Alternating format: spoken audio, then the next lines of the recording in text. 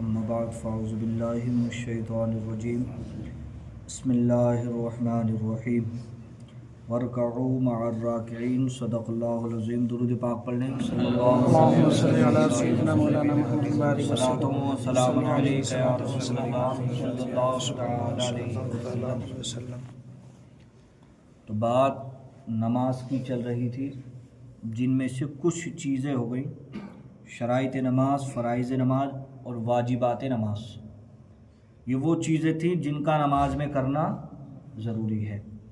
اب ان چیزوں کا بیان ہوگا جن کی وجہ سے نماز فاسد ہو جاتی ہے، ٹوٹ جاتی ہے۔ اب اگر کوئی انسان ان افعال کو کرنے لگے نماز کے اندر تو اس کی نماز ٹوٹ جائے گی۔ بے شمار حدیث مبارکہ ہیں، ایک یا دو حدیث میں آپ کو بتا دوں۔ ایک حدیث یہ کہ نبی پاک صلی اللہ علیہ وسلم نے ارشاد فرمایا کہ نماز میں کوئی بھی کلام کرنا درست نہیں سوائے تکبیر کے، تسبیح کے، قرات کے اور قرآن کے۔ یہ بھی تو کلام ہی ہے نا۔ ان کے علاوہ کوئی کلام کرنا درست نہیں۔ ان کلام کی کرنے کی اجازت دی گئی۔ اور پہلے ایسا بھی تھا ابتدائی اسلام میں کہ کلام کرنا، کھانا، سلام کا جواب دینا یہ جائز تھا ایک مدت تک۔ اس کے بعد میں پھر حکم نازل ہو گیا کہ اب کوئی بھی نماز میں کھائے گا نہیں، کلام نہیں کرے گا، سلام کا جواب نہیں دے گا، تو تمام چیزیں اب ممنوع ہو گئیں۔ اب اگر کوئی شخص دوران نماز کوئی چیز کھا لیتا ہے تو اس کی نماز ٹوٹ جائے گی، کسی سے بات کر لیتا ہے تو نماز ٹوٹ جائے گی، کسی سے بول لیتا ہے تو نماز ٹوٹ جائے گی۔ اس میں سے سب سے پہلی چیز آتی ہے کلام کرنا۔ نماز میں کسی بھی صورت میں ہو، چاہے وہ جان بوجھ کے کلام کرے، بھولے سے کر لے، دھوکے سے کر لے، سوتے ہوئے میں کر لے، جاگتے ہوئے میں کر لے، یا اس کو یہ معلوم نہ ہو کہ میں نماز میں ہوں اور وہ کلام کر لے، تو ان تمام صورتوں میں اس کی نماز فاسد ہو جائے گی۔ بھولے سے کر لے، خطا کے طور پہ کر لے، جیسے وہ انسان تلاوت کر رہا تھا قرآن کی، کوئی آیت پڑھنا چاہتا تھا، اس کے علاوہ اس نے کوئی ایسا لفظ بول دیا جو قرآن کے علاوہ ہے، تو نماز ٹوٹ جائے گی، ٹوٹ جائے گی۔ اب بھولے سے اس کو نماز میں ہونا یاد نہ ہو اور پھر وہ کوئی بات کرنے لگے تو اس کی نماز فاسد ہو جائے گی۔ یعنی کہ کلام کی اگر کوئی سی بھی صورت پائی جاتی ہے تو اس کی نماز باطل ہو جائے گی۔ اب اس میں بہت سی صورتیں آ جاتی ہیں۔ اب ایک چیز آتی ہے کہ کلام آدمی کب اس کا مانا جائے گا کہ اس نے کلام کیا ہے یا نہیں۔ یہ چیز قرات میں ہو چکی ہے کہ آدمی اتنی آواز سے بولے کہ وہ خود الفاظ کو سمجھ لے، تو یہ مانا جائے گا کہ وہ قرات کر رہا ہے، پڑھ رہا ہے یا بول رہا ہے، تو اس کی نماز فاسد ہوگی۔ اور اس اعتبار سے بول رہا ہے، ایسے الفاظ اس کے نکل رہے ہیں کہ وہ خود سن رہا ہے لیکن اسے معلوم نہیں ہے کہ میں بول کیا رہا ہوں، تو نماز فاسد نہیں ہوگی۔ صرف ہونٹ ہلا لیا آدمی نے تو نہیں ہوگی۔ اور اس اعتبار سے بول دیا کہ جو وہ بول رہا ہے وہ خود سمجھ رہا ہے اس بات کو، تو پھر اس کی نماز فاسد ہو جائے گی۔ ایسے ہی دوران نماز پڑھ رہا تھا، کوئی آیا سلام کر لیا، اس نے سلام کا جواب دے دیا، نماز ٹوٹ گئی۔ کسی کو چھینک آ گئی، چھینک کا جواب دے دیا۔ کسی نے کوئی چیز کھائی اور دانتوں کے اندر رہ گئی، اگر چنے سے کم ہے تو اس کی نماز فاسد نہیں ہوگی لیکن مکروہ ہو جائے گی۔ اگر چنے سے کم ہے اور چنے کے برابر ہے تو نماز فاسد ہو جائے گی۔ ایک یہ چیز، اسی میں ایک مسئلہ آتا ہے اب خون کا۔ اگر دوران نماز کسی کے منہ میں خون نکل آیا تو اب اس کا حکم کیا ہوگا؟ اگر تھوک غالب ہے، مزہ، وضو میں جو ہے رنگ دیکھ کر پتہ چلتا ہے اور نماز میں مزہ دیکھ کر پتہ چلتا ہے۔ اگر منہ میں تھوک غالب ہے تو نماز باقی ہے۔ تھوک جو اس کا مزہ جیسے نکلے گا اور اگر اتنا محسوس ہو رہا ہے کہ منہ میں خون ہی ہے تو پھر نماز فاسد ہو جائے گی۔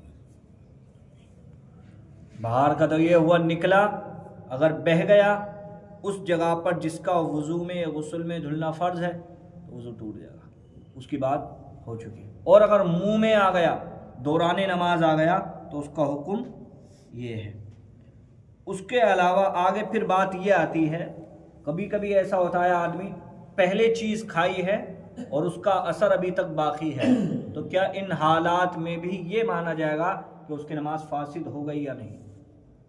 اگر پہلے کھا چکا ہے اور صرف اس کے اثرات ہیں، جیسے مٹھائی کھائی، منہ میٹھا رہا اب تک، آ کے نماز پڑھ لی تو نماز ہو گئی، کوئی چیز باقی نہیں تھی۔ لیکن اگر باہر سے منہ میں ڈال کے آ گیا اور یہاں آ کے بعد میں نکلنے لگا تو اب نماز فاسد ہو جائے گی۔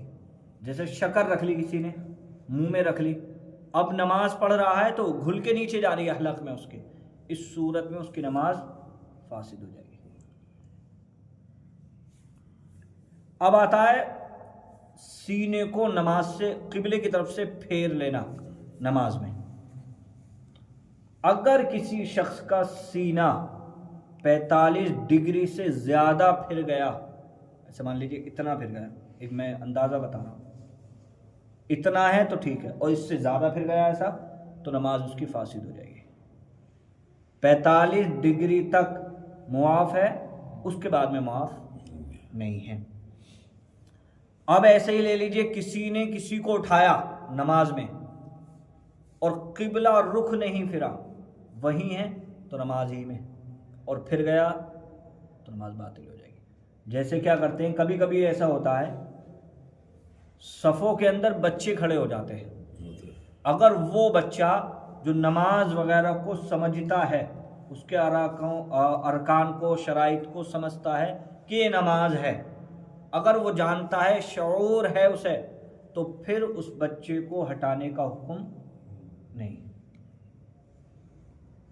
اور اس کی حد بیان کی ہے علماء نے کہ وہ حد بلوغ یعنی کہ بالغ ہونے والا ہو، اس کے قریب ہو، عقل رکھتا ہو لیکن ابھی عاقل ہے نہیں، تو اس بچے کا حکم یہ ہے کہ وہ صف ہی میں لگا رہے گا۔ اور اگر وہ بچہ جو سمجھتا نہیں نماز کو، نماز کے بارے میں اسے علم نہیں ہے، اس کے لیے حکم ہے کہ اس کو ہٹا دیا جائے، اس کی نماز میں کوئی کمی نہیں ہے، ابھی اس پہ نماز ہی فرض نہیں، تو نماز ہی میں یہ چیز ہوئی۔ اس کے علاوہ تھا سترے کا مسئلہ، ایسے اب جنگل وغیرہ میں نماز پڑھا تو اتنا تو ہے نہیں، اب آتا ہے ایک سترے کا مسئلہ، نمازی کے آگے سے گزرنا، یہ بہت بڑا گناہ ہے، تھوڑی سی بات ہو گئی تھی، اس کے بارے میں کئی احادیث ہیں، ان کو میں آپ کو بتا دوں۔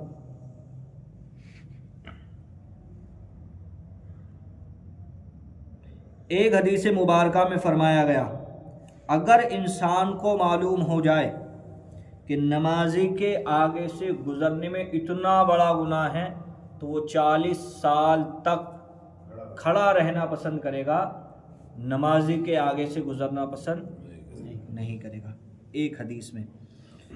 دوسری حدیث میں نبی پاک صلی اللہ علیہ وسلم نے ارشاد فرمایا، اگر کوئی جانتا کہ اپنے بھائی کے سامنے نماز میں آڑے ہو کر گزرنے میں کیا ہے تو 100 برس کھڑا رہنا اس ایک قدم سے بہتر جانتا۔ اگر بھول سے نکل جائے تو بھولے میں تو معاف ہے، خیر بھولے کی صورت میں، لیکن دیکھ کے چلنا چاہیے، اس کی حد بندی ابھی آگے بات آ رہی ہے۔ اور دوسری حدیث میں امام مالک لے کے آئے اس کو، انہوں نے فرمایا زمین میں دھس جانے کو گزرنے سے بہتر سمجھتا ہو۔ حضرت کعب احبار رضی اللہ تعالیٰ عنہ سے مروی ہے حدیث، مطلب زمین میں دھسنا وہ بہتر سمجھے گا، نمازی کے آگے سے گزرنا بہتر نہیں سمجھے گا۔